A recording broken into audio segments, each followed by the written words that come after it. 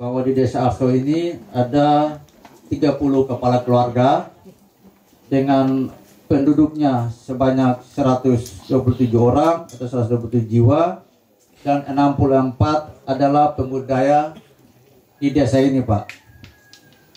Dan pada kesempatan berbagai ini kami laporkan juga berdasarkan daftar desa atau yang masuk di dalam wilayah kemiskinan ekstrim, Desa Arso ini tidak termasuk Pak Bupati.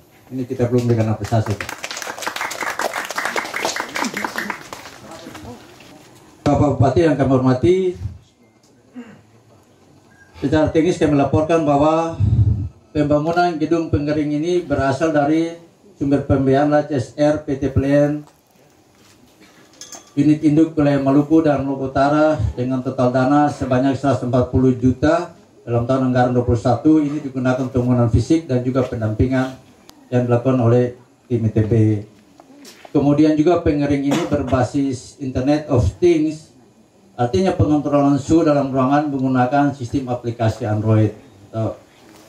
Kemudian juga dia terkoneksi Pak Bupati dengan meriam buoy di laut ini yang kuning, sehingga kita bisa kontrol juga suhu yang ada. Jadi kalau ada perubahan suhu yang ekstrim, ini dapat memperingatkan masyarakat budaya untuk tidak melakukan penanaman dan sebagainya. Ini satu kemajuan dalam penggunaan teknologi. Kemudian atapnya menggunakan UV atau ultraviolet dari plastik sehingga dia menyerap panas.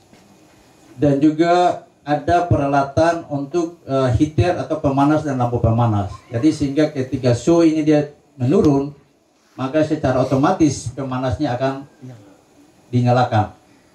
Dan juga lampu pemanas sehingga dia bisa memanaskan ruangan dengan suhu 30-40 derajat Celcius untuk pengeringan. Sehingga ini semula nelayan dapat mengeringkan dengan suhu di luar itu 4-5 hari, kalau paling panas 3 hari, tapi ini bisa sampai 2-3 hari secara efektif.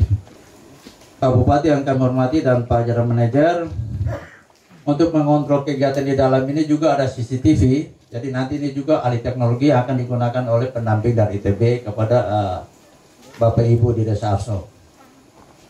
Nah, di Desa Arso juga untuk tahun 2021 ini melalui arahan Pak Bupati dengan bersumber dari dana DAK sebanyak 177.904.000 itu dibangun jalan produksi sepanjang 200 meter Pak Bupati, sehingga ini mempermudah untuk kegiatan pengangkutan hasil dari laut ke tempat-tempat penjemuran.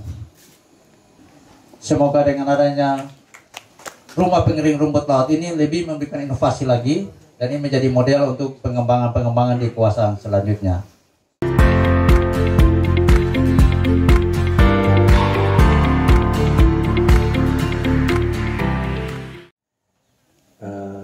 Pertama-tama kami ucapkan terima kasih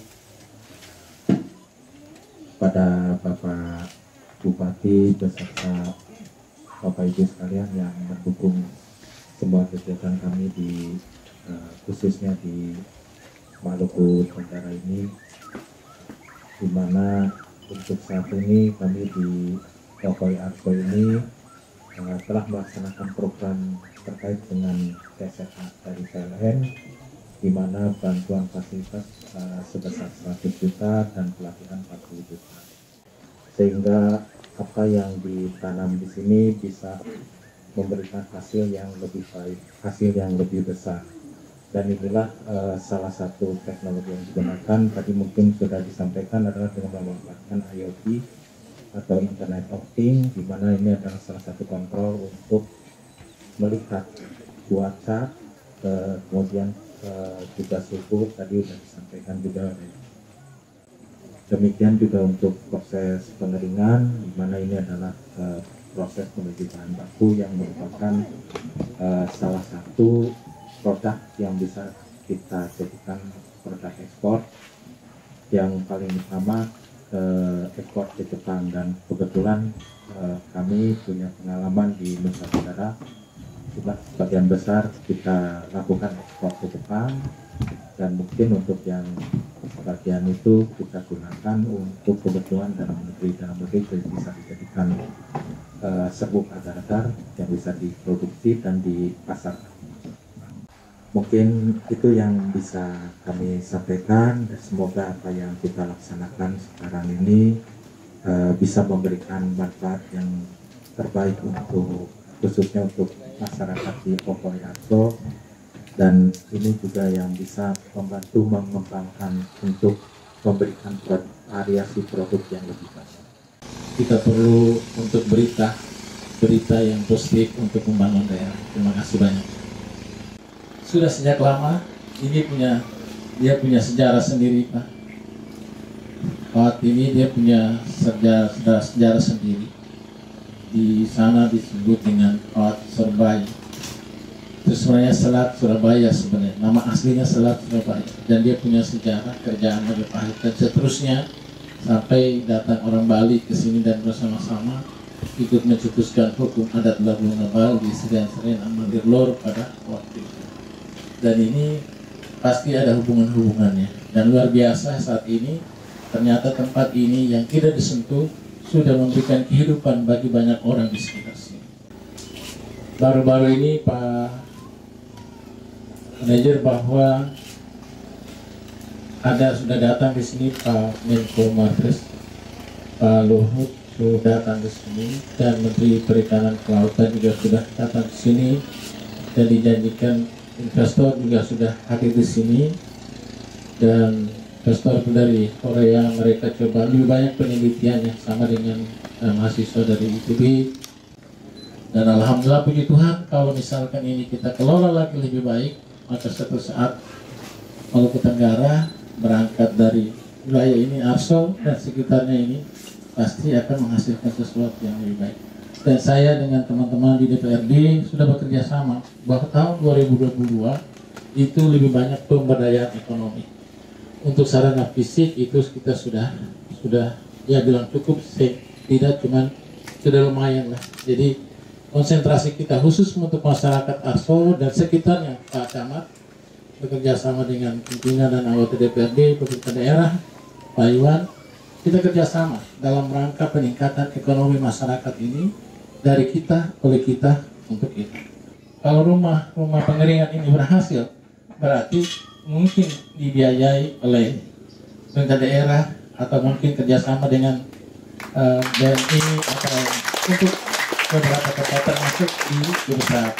Jadi bukan hanya satu tempat. Kalau misalkan nilainya, khusus buat anak-anak ITB yang tersayang, kalau misalkan ini nilainya 100 juta, maka itu tidak ada arti apa-apa untuk buat pemerintah daerah, tetapi banyak arti buat masyarakat Maluku Tenggara. Apalagi hari ini ada pimpinan dan ketua komisi 2 di sini, berarti itu pasti kita bisa.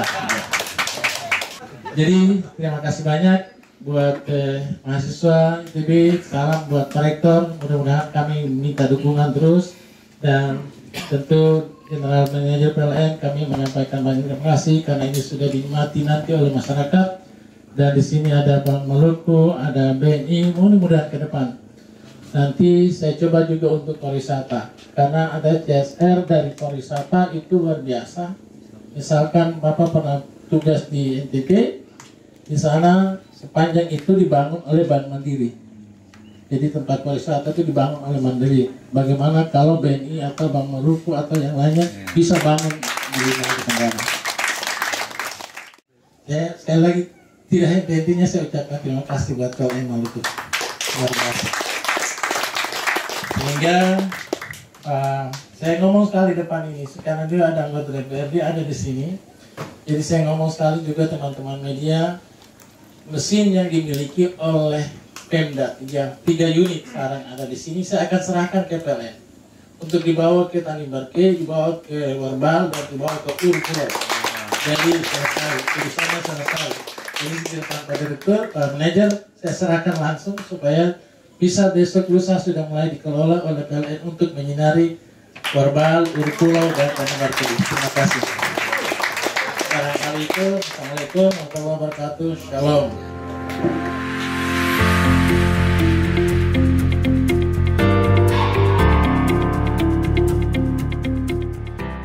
Bismillahirrahmanirrahim. Dengan mengharapkan bila Tuhan yang Maha Kuasa, mudah-mudahan ini bermanfaat bagi seluruh negara, khususnya masyarakat Arso. Ya, terus. Ini, Bapak potong yang saja bareng-bareng. Kemarin saya. Ya.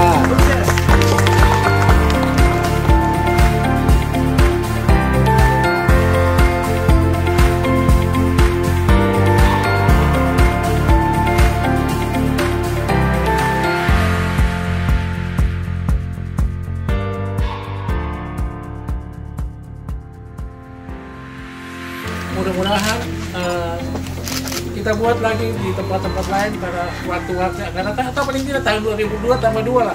Jadi saya pulang ini karena ada wakil ketua DPRD yang membahas APBD ada, ketua komisi B ada, maka saya tambah 2 lagi. Jadi bikin 2 ini di satu di tempat di mana mungkin nanti kita tanya sama camat terbaik di mana lagi ya kita harus bikin. Jadi 2 lagi.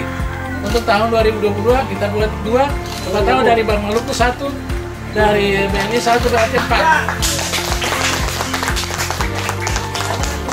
Kalau kayak gini kan saya langsung lapor ke Pak Menko Maritim, Pak Luhut, bahwa ada BNI bantu, ada Bank Maluku bantu ke depan, berarti hebat kita.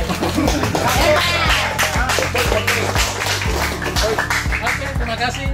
Salam hormat buat mahasiswa dan aktivitas akademi di ITB. Terima kasih banyak. Salam.